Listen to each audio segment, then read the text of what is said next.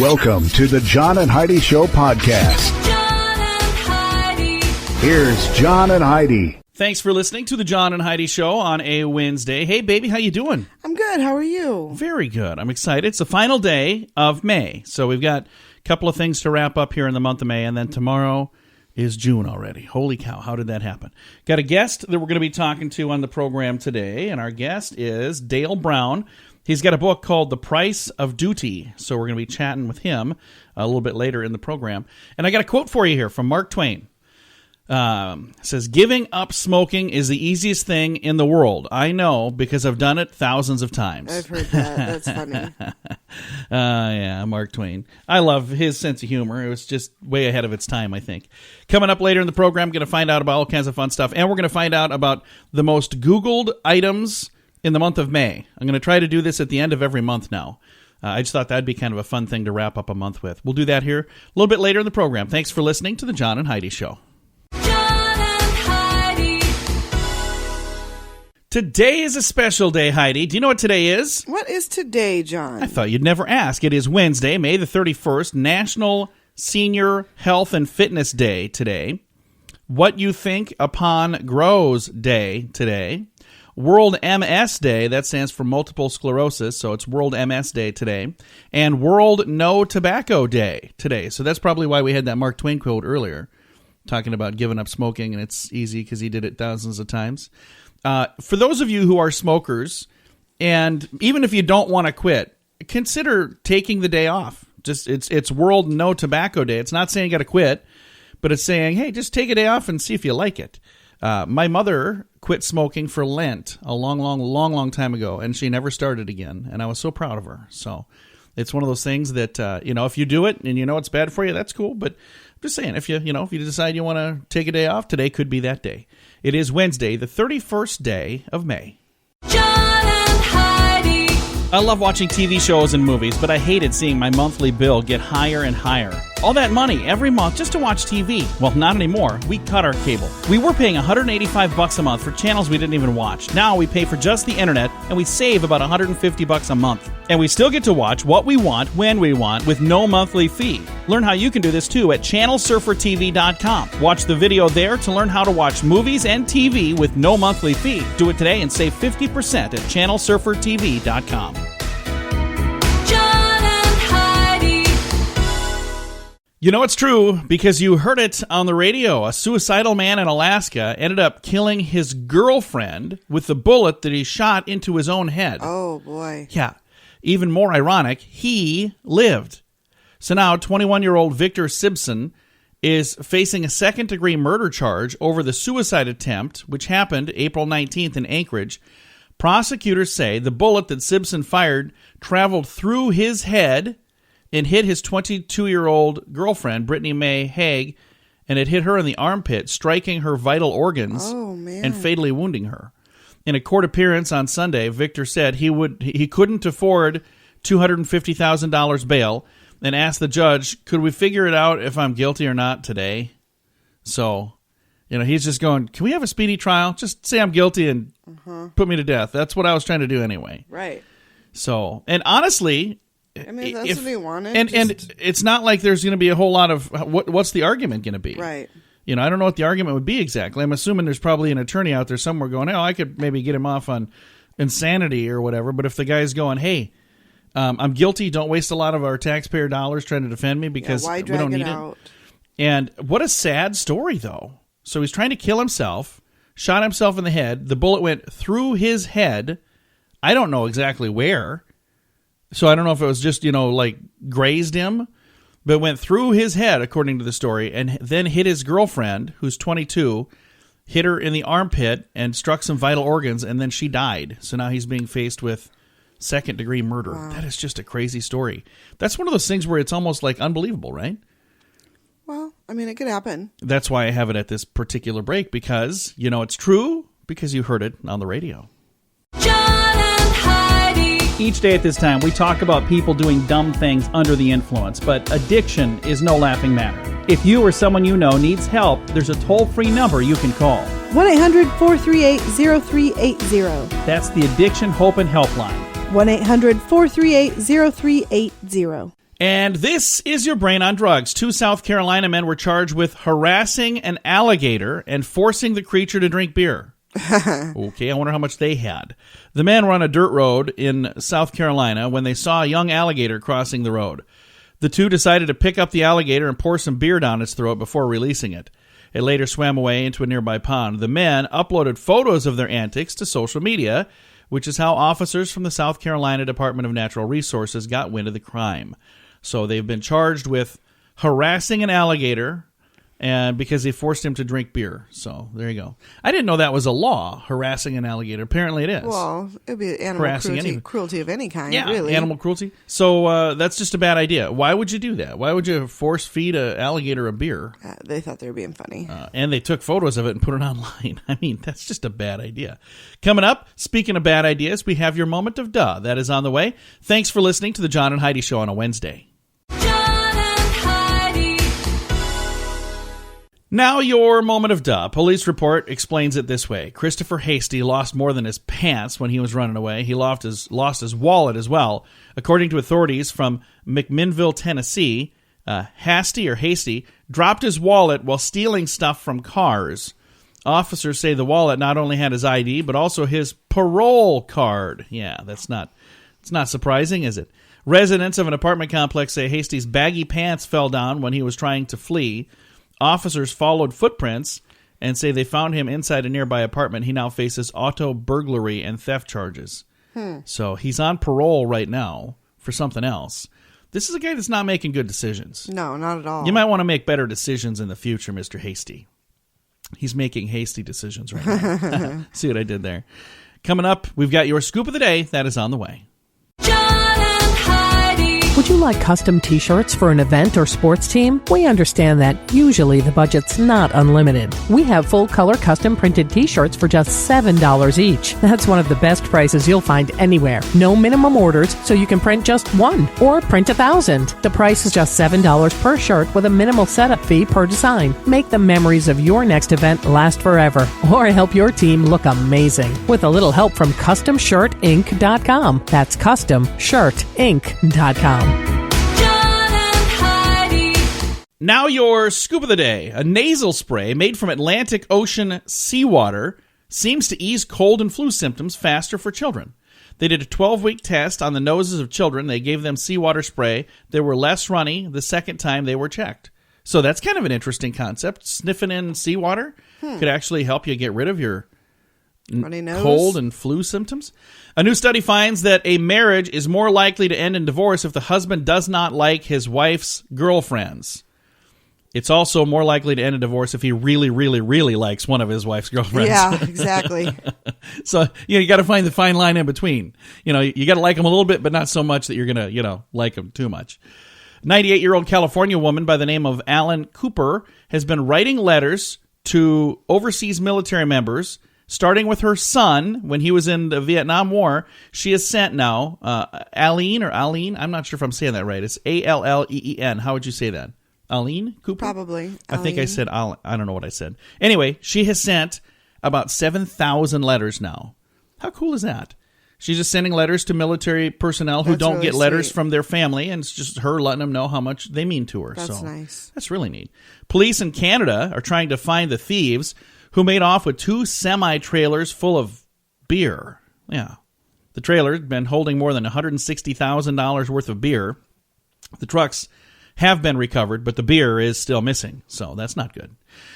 Just yesterday, we were talking to your dad, Charlie, during Tuesdays with Charlie, and I asked him what Pinocchio meant in Italian, and we found out that it means pine head. Remember that? Yes. So, listen to this. There's a live-action Pinocchio movie in the works. Really? So it's going to be like real people. I wonder who they're going to have as Pinocchio. I have no idea. That's kind of an interesting concept. A new dating app called Gatsby allows you to search through what's available out there while filtering out anyone with a criminal record. That's a good idea. Shouldn't all dating apps allow you to do that? You would think. So, I'm like, I'd like to have one that's not locked up or hasn't been locked up recently.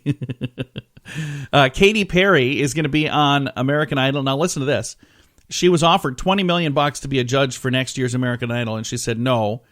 And then they came back and said, how about $25 million? And then she said, yeah, okay. So 20 million was not enough, but 25 million was enough. Well, It's that extra 5 million apparently that made the 5 difference. million is a lot. It is, but when, Katy Perry, 25 million, 20 million, is there even a difference in that person's world? Apparently. So I wonder if 'cause something that's else what changed too. tipped the scales for. I don't know. I'm just wondering if maybe something else changed at the same time. Like their network changed because they're going from Fox to ABC, I believe. So we'll have to check and see maybe I can find out if there was more to the story. Because hopefully it wasn't just the extra 5 million. I have no idea. Again, I'm not saying that's not, because I don't have even 1 million. Definitely would work for me. I don't even just have saying. 1/4 of 1 million. So I'm just saying it is a big deal. But when, she's got that kind of money, it's not a big deal in her world. Kodak is getting into the cell phone business, Heidi. You know why? Because they're Nobody's out of the camera buying business. cameras the way they used to. Everybody's taking photos with their phones. So they're like, well, let's get into the phone business. So now that's the second camera company that I know of that's getting into the phone business, because just last year we read that Polaroid was getting into the phone business. Because remember I said, do you have to shake your phone then to... Oh, yeah. And everybody was harassing me saying, you're not supposed to shake a Polaroid. I'm like, I know, but we all did it. Yeah. I never said you were supposed to. We just did it. Apple is now more valuable than the city of Chicago. Yeah, the company Apple, 40% more than the Windy City's GDP. So the company, Apple, is worth more than the entire city of Chicago. Huh. That's just crazy. Coming up in a bit, we've got a special guest that's on the way on the John and Heidi Show. John and Heidi. How long's it been since you've been on vacation? Way too long. Well, we're going to Punta Cana this November for a cool event called 80s in the Sand. I'm so looking forward to just being able to relax during the day. All day, every day for 7 full days. And, as a bonus, get to hear some awesome music at night. You can also meet some 80s icons like Anthony Michael Hall, Andrew McCarthy, and many more. Get all the details at 80sinthesand.com. Use promo code RADIO to get a $200 immediate refund per person. That website again is 80sinthesand.com. John and Heidi. Thanks for listening to the John and Heidi Show. We got a special guest joining us today, author Dale Brown. We're going to be visiting about his new book, Price of Duty. Dale, how are you today? I'm doing terrific. Thanks very much. Well, we're excited to have you on the program. And the book, Price of Duty, let's talk a little bit about the background and where this book comes from. Yeah, Price of Duty deals with something that we could face in a very short amount of time, or even probably right now, and that's cyber warfare. I think the next large-scale conflict will begin several weeks or even several months before the actual kinetic fight starts. And that'll be in the cyber realm. That the enemy forces will start fighting long before the missiles and the bombs start falling. I think that's exactly what's happening now and what could happen very, very shortly.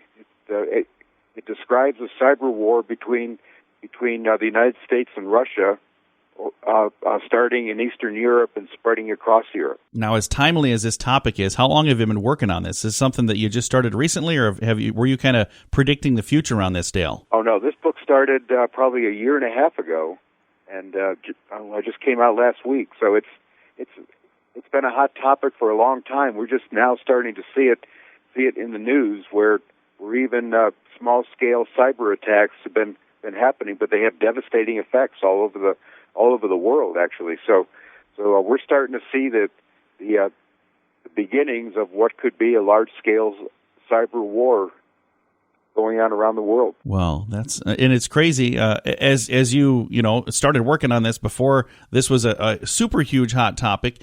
It's fascinating the timing and when this is coming out. But with your background in the military, former U.S. Air Force captain, thank you for your service, by the way.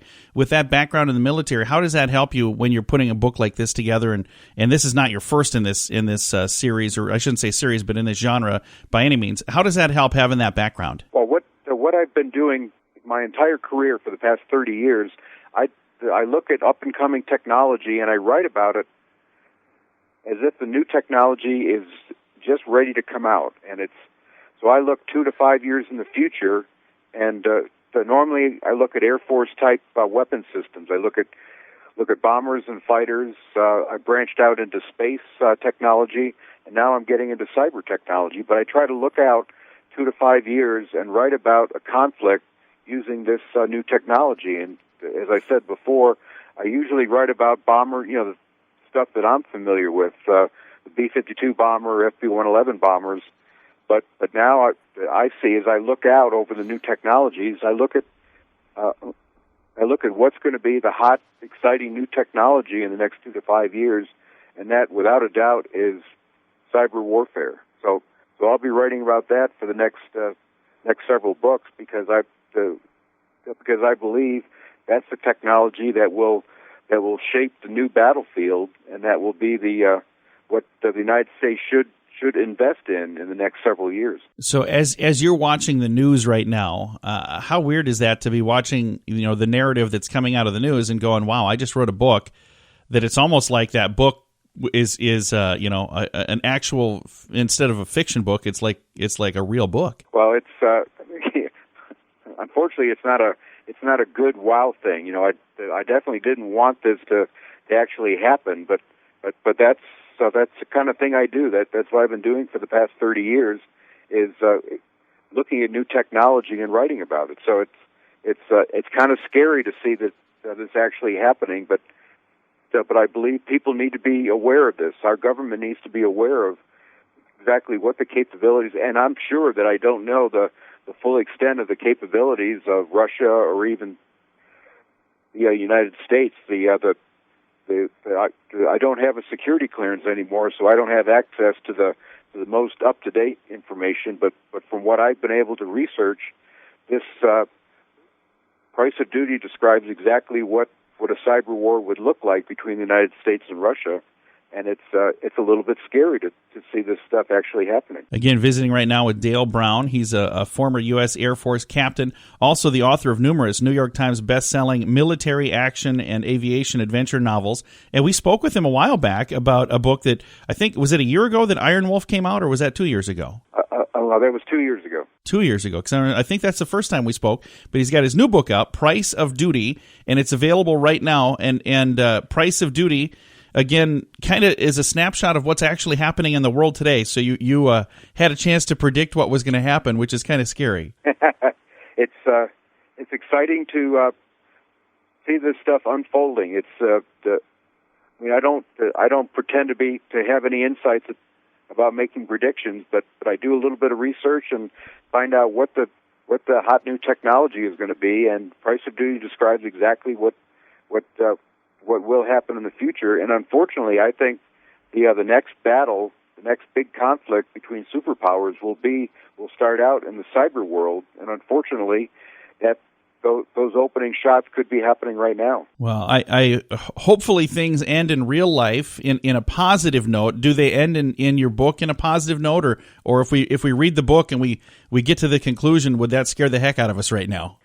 I think it'll scare some people. Hopefully, it'll scare some politicians into action. We need to do something to beef up our cyber capabilities, and Price of Duty describes exactly what has to happen, what the politicians and what the government need to do to protect us from that cyber battle that could be shaping up right now. Well, hopefully you get the attention of the right people and wake them up and get them to do things the right way. That would be a fantastic thing. How cool would that feel to know that you made a difference like that? Well, I really hope it does happen, and if I can do my part, I would love for that to happen. Again, Dale Brown, he is the author of a new book that's out, and I'm going to go out on a limb, and I'm going to make a prediction that this is going to be a bestseller as well.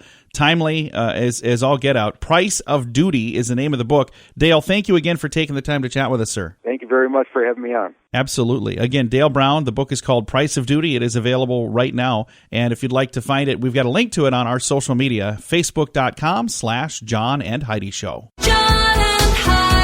Would you like custom t-shirts for an event or sports team? We understand that usually the budget's not unlimited. We have full-color custom printed t-shirts for just $7 each. That's one of the best prices you'll find anywhere. No minimum orders, so you can print just one or print 1,000. The price is just $7 per shirt with a minimal setup fee per design. Make the memories of your next event last forever, or help your team look amazing with a little help from CustomShirtInc.com. That's CustomShirtInc.com.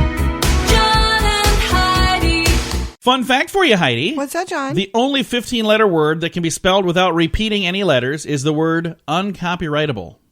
Oh. Yeah, so 15 letters, none of them repeated. And that's the only one you can do that with. Fun fact for you, Heidi. What's that, John? Cats, let's try that again. Cats have over 100 vocal sounds, while dogs have only about 10. And I don't know about bats. Fun fact for you, Heidi. What's that, John? The word checkmate in chess comes from the Persian phrase shahmat, which means the king is dead. Oh. Fun fact for you, Heidi. What's that, John? If you bring a raccoon's head to the Henniker, New Hampshire Town Hall, they will give you 10 cents. Oh, that's nice. Yeah, I wonder how long that's been on the books. Fun fact for you, Heidi. What's that, John? In 1910, the rules of basketball were changed regarding when you were allowed to dribble. Fun fact for you, Heidi. What's that, John? Walt Disney was an avid polo player as an adult. I didn't know that. And our final fun fact for you, Heidi. What's that, John? Cecil B. DeMille directed the first full-length feature film in Hollywood. Do you know what it was called? I have no clue. The Squaw Man. I have no idea what it was about. Never would have guessed. Yeah, I've never heard of that one. So I'm not sure that it was any good. It was just the first full-length feature film. Couple of fun facts for you right there, brought to you by ChannelSurferTV.com. Movies and TV with no monthly fee. That's ChannelSurferTV.com. John and Heidi. If you promised yourself you'd lose weight this summer before you went to the beach, that's still within reach. Get some help from a cool pink drink. Try it free with an email to pinkdrinkfree@gmail.com. This pink drink tastes great and can help you lose weight. 8 out of 10 Americans are overweight. Are you one of them? People around the country are experiencing amazing results with this pink drink, and you can try it before you buy it with an email to pinkdrinkfree@gmail.com. That's pinkdrinkfree@gmail.com. John and Heidi. Thanks for listening to the John and Heidi Show. Heidi may freak out and go nuts during this next story, or she may just go, that's kind of what I would expect. I think it's really sad, but a Baptist mother of 2, so she's of Baptist faith, a Baptist mother of 2 has filed religious discrimination and retaliation charges against a school system that threatened to fire her. Here's why. Because she privately talked to a coworker and told the coworker that she would pray for him. Now, keep in mind, the fellow coworker, or the coworker, is also from the Baptist church, so they go to the same church, and the coworker thanked her for her prayers. But 4 days later, the school told Richardson in a coaching memorandum that she, quote, could not use that phrase, talking about I will pray for you. praying, could not use that and integrate public and private belief systems while at school, threatened her with discipline or termination. Wow. So they're saying you can't tell your friend that you go to church with, when you're at school, you can't say, well, I'm really sorry to hear that you're not feeling well, I'll pray for you. That was crossing line. Even though the person she said this to was not offended, and as a matter of fact said, thank you. Oh, man, thank you so much. Somebody overheard this conversation and said, that's going too far. Wow. I just don't understand how that's going too far. Could you imagine having that much bitterness in your life I don't that understand you would it. need to go and here's tell the that thing. somebody offered support to a good friend of theirs? Yeah. Oh, I don't know if you know this, but that teacher said she was. They must not gonna have pray for them. any support of any kind in their know. own lives to go. I just don't understand that. And here's the thing. As a Christian myself, if somebody says they're going to pray for me, I actually had a person send me a message through Facebook one day because we were talking about something like this, and they said, I'll pray for you, John. So I probably need all the prayers I can get. Trust me. I'm married to Heidi. Have I ever mentioned that before? Anyway, if somebody were to say that, and here's the thing, even if they were not Christian, if they were Jewish, if they were of a different faith, and they said that they were going to pray for me, I would be okay with that. So I don't quite understand it. I've got a link to this story on our social media if you want to read all about it. Facebook.com/John and Heidi Show. John and Heidi. I love watching TV shows and movies, but I hated seeing my monthly bill get higher and higher. All that money every month just to watch TV. Well, not anymore. We cut our cable. We were paying $185 a month for channels we didn't even watch. Now we pay for just the internet, and we save about $150 a month. And we still get to watch what we want, when we want, with no monthly fee. Learn how you can do this too at ChannelSurferTV.com. Watch the video there to learn how to watch movies and TV with no monthly fee. Do it today and save 50% at ChannelSurferTV.com. John and Heidi.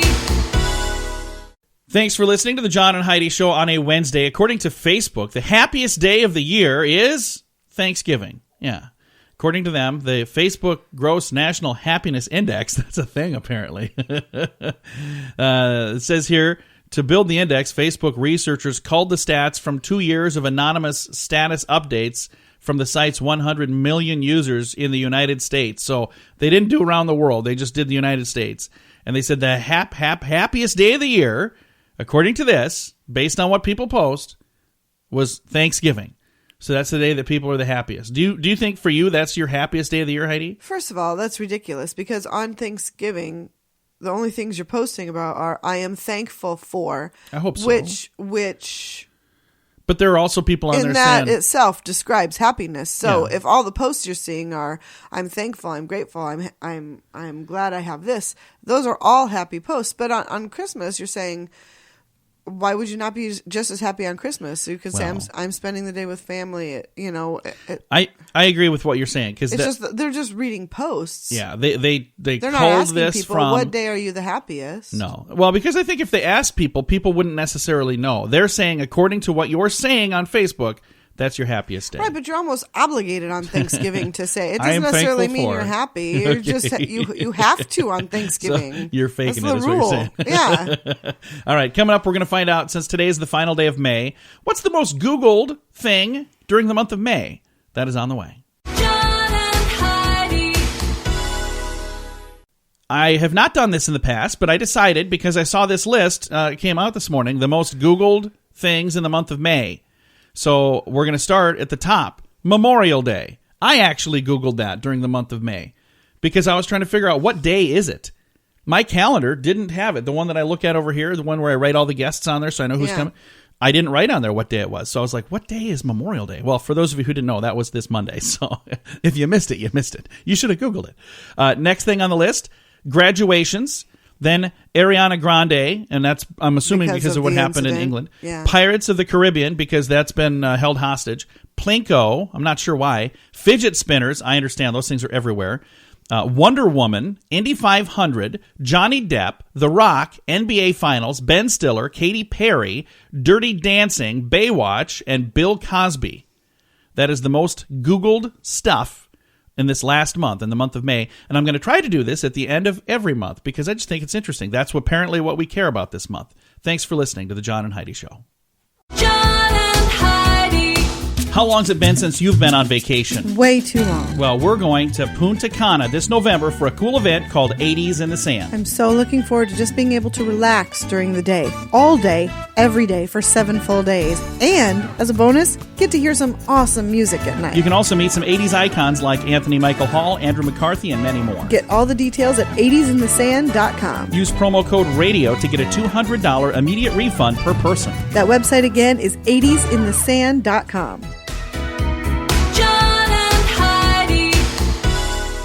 Heidi, have you ever heard that, eating too much grilled food could give you cancer? Have you ever heard it? I've heard if you eat the Charred parts. Charred parts. Yeah. So Yes. here's the question, and our friends from Dollar Shave Club have the answer to this. It's really cool. I don't know if you know this, but they have, I'm going to click on here because I don't remember what it's called, but it's like content. Every month they put out this little newspaper thing they send out with the razors.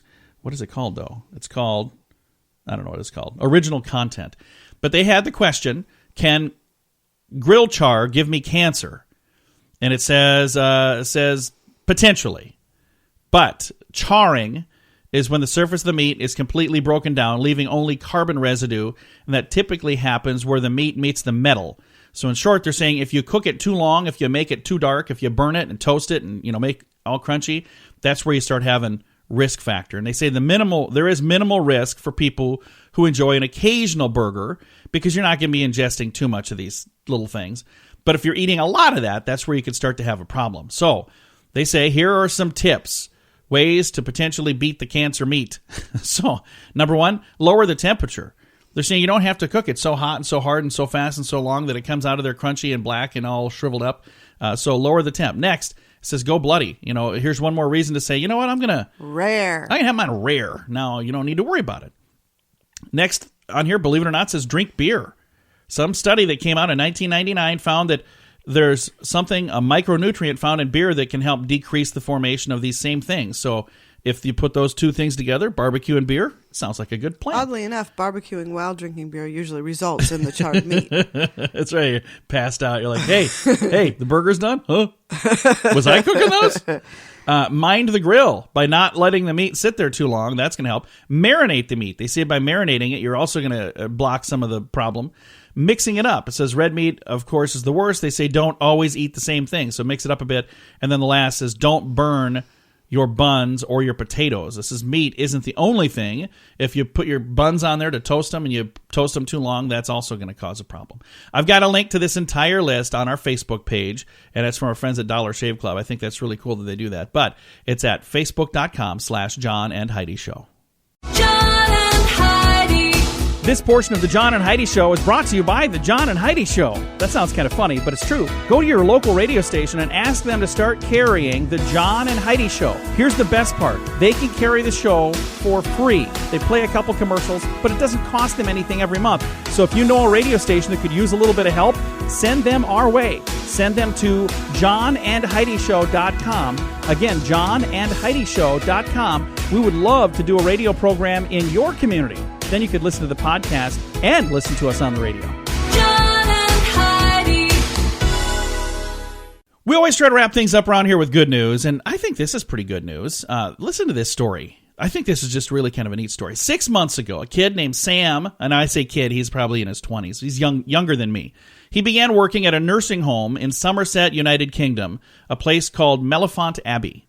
And a resident there by the name of Ed struggled with dementia, so much so that he would go in the room and talk to Ed because Ed was like screaming and making noise, and Ed didn't even know he was doing it. And one day when he was in there, Sam started visiting with Ed, and he talked to him about why he moved to Somerset. And he said, well, I'm in a band, and I moved here to be closer to my bandmates. And that's when Ed said, well, I used to be in a band. And they had this wonderful conversation. He found out that Ed used to play the piano. That's when they discovered he's a very talented musician. They talked to his family and asked for permission to bring a keyboard in, and he had a chance to play, and his condition, believe it or not, has improved. And the thing that's really cool is they then asked local musicians if you'd like to come and jam with Ed. And the overwhelming response, they had musicians around the block that were going, I want to be a part of this. This is really cool. And this guy, he's in his 90s, and these people have all had a chance to come and jam with him. But this is the coolest part, Heidi. Ed's original band also found out that he was now playing music again. He has not played in 35 years. His dementia has worsened and worsened and worsened. But the second he sits down to that piano, and there's a video, you can see it on our Facebook page, when he's playing that piano, his fingers do not have dementia. They know the songs. It is unbelievable to see this. And it's really cool because his original band, they all got back together and they played their first show in 35 years. Aww. And you should see how happy this man is now. Oh, I bet. Music is a wonderful, magical thing. And I just think it's such a cool video. If you want to see that, it's on our Facebook page, facebook.com/John and Heidi Show. Time to say goodbye, Heidi. Goodbye, Heidi. Goodbye, everybody. Have a great Wednesday. Thanks for listening. Time now for the bonus break on the John and Heidi Show podcast. John and Heidi. Thanks for listening to the John and Heidi Show. It seems like everywhere you turn these days, you even hear it in ads, get our app. It's like apps are a part of our DNA. Today we have A10 Networks technology expert Neil Wu Becker going to chat with us a little bit about apps. Neil, how you doing? Doing fine this morning. How are you? Very, very good. Now, you guys recently did a little survey and showed some powerful results on how people are perceiving apps that they use. Can you share a little bit about that? Certainly. We found that 86% of respondents globally in this study that we did basically can't live without their apps. They say that it's so important to them that they would struggle to get through their days, that they would actually feel physically uncomfortable. And we put that to the test, and when people say they can't live without apps, it can mean a lot of things. What 50% of that same respondent pool said globally is that they consider applications as important or close to the importance of basic necessities of life like eating, drinking, and breathing. That to us is very startling. That is kind of crazy, isn't it? Very. When you think about, say, for our time period, what we found also, to drill into that more, is that when you compare the importance of spending time with friends and family, or eating and drinking, or even being able to talk or go outside, applications were right up in there where the difference in gap between those choices was was much smaller than we thought. 1 out of 10 people are still choosing applications over even spending time with friends and family. Well, and that's kind of putting people at risk a little bit by spending so much time with their apps rather than with people, isn't it? It is. One of the startling things we also found is that at the point of download, when you first use an application or go to a website, the good news is that people are showing some security cognizance about thinking about, was this application built safely? Is this okay to use? However, once they start getting into it and using an application on their phone or a laptop, they stop thinking about security and in deference to performance and ease of use. Those two priorities take over. And what we finally, the other final thought here is that we also are seeing a growing apathy or an acknowledgement or acceptance rather, that we're just going to get breached or lose our identity or get hit. So when you couple that with the fact that there's less of a security cognizance around using an application over time, that's not necessarily something IT organizations, businesses, or we as individuals necessarily want to hear. And I'm looking at the statistics on that. It says nearly 1 in 5 people in their 20s had their identity stolen. That's almost 1 in 3 have been hacked as well. So that number is a huge number, and it's kind of almost like they're oblivious to that, isn't it? It is. And if you think about the number of applications we use today, think about how many we'll use by the end of the decade. That number is only going to go up, and as this generation comes into the workforce, and even their kids come in, say, in another decade or two, the necessity to actually look at this type of a topic around how secure we behave when we utilize applications. So these applications are both work and personal. It's sensitive information for both employers and ourselves individually. It's obviously an important topic that needs to be addressed more and more. Absolutely. And something else for people who are like business owners, if they're not currently utilizing that space, this is something they should maybe consider doing, because if that's where the people are going, and looking at the numbers here, there's a lot of people going there. If that's where the people are going, you want to be where they are, I would say. Absolutely. Unfortunately, the bad guys know where we, the good guys, are, and that's why they target us. So applications are a conduit for us sharing information with our business partners, our friends and family, our children. So it's definitely an important topic for us to be more wary of. Again, our guest today is from a group called A10 Networks, and he's a technology expert. It's Neil Wu Becker. Now, the study that was put together, if I'd like to find that, is there a place online I can read the entire study? Absolutely. You can go to www.a10networks.com. That's A10networks.com. You can download the report. There's many more findings there. You can download the report for free. Well, Neil, thank you so much for taking some time to chat with us today. We appreciate that a bunch. You bet, John. Have a safe day. And you do the same. We're going to put a link to that right on our Facebook page to make it really easy for you. So if you're cruising down the road right now, I don't want you getting in an accident and trying to write down a website, A10networks.com. But like I said, we're going to put a link to it at facebook.com/John and Heidi Show.